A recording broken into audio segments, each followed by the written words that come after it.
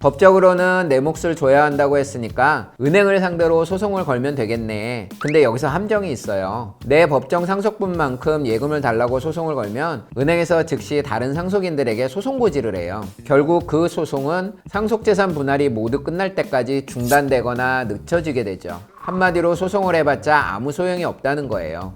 그러면 어떻게 해야 할까요?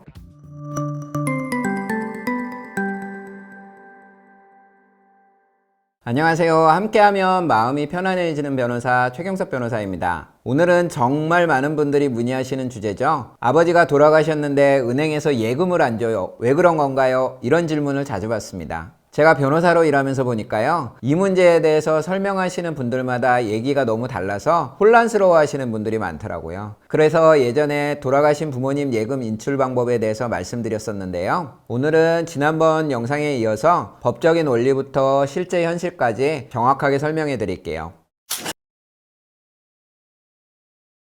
먼저 법적으로는 어떻게 되는지 말씀드릴게요. 상속예금은 법적으로 가분채권이라고 합니다. 쉽게 말하면 나눠질 수 있는 권리라는 뜻이거든요. 그러니까 법정 상속분대로 당연히 나눠지는 게 원칙이고, 상속인이 자기 몫을 달라고 하면 은행에서 줘야 하는 게 맞습니다. 그런데 현실은 어떨까요? 은행에서 절대 안 줍니다. 상속인 전원의 동의서를 가져오세요 라고 하죠. 그럼 왜 은행에서 안 줄까요? 은행 입장에서 생각해 보세요. 제가 최근에 경험한 사례를 하나 들어볼게요. 한 가족이 아버지가 돌아가신 후 7천만 원이 들어있는 통장을 찾으러 갔어요. 법정 상속분대로 나누면 어머니가 3,500만 원, 자녀 둘이 각각 1,750만 원씩 받을 수 있죠. 그런데 큰아들이 아버지 병원비를 내가 다 냈으니까 나는 더 받아야 한다고 주장하면서 나중에 상속재산 분할 심판을 신청했어요. 만약 은행에서 미리 법정 상속분대로 나눠줬다면 은행이 나중에 큰 문제에 휘말릴 수 있거든요. 그래서 은행에서는 우리는 안전하게 가겠다, 상속인 전원이 합의해서 오세요 라고 하는 겁니다. 문제는 상속인들이 합의가 안 될 때예요. 서로 다투고 있는데 은행에서 줄 리가 없죠. 그러면 어떤 분들은 이렇게 생각하세요. 법적으로는 내 몫을 줘야 한다고 했으니까 은행을 상대로 소송을 걸면 되겠네. 실제로 그런 소송을 해보신 분들도 있고, 소송하면 이길 수 있다고 말씀하시는 변호사님들도 계시더라고요. 근데 여기서 함정이 있어요. 법적으로는 맞는 얘기지만 실무적으로는 전혀 다르게 돌아가거든요.